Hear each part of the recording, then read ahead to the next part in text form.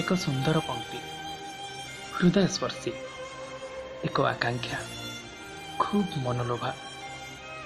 ଅନ୍ତିମ ବାକ୍ୟ ଏକ ଅତଏବ, ଆଉ ଗୋଟିଏ ପ୍ରାରମ୍ଭ ଏକ ପୂର୍ଣ୍ଣଚ୍ଛେଦ ପରର ପ୍ରୟାସ।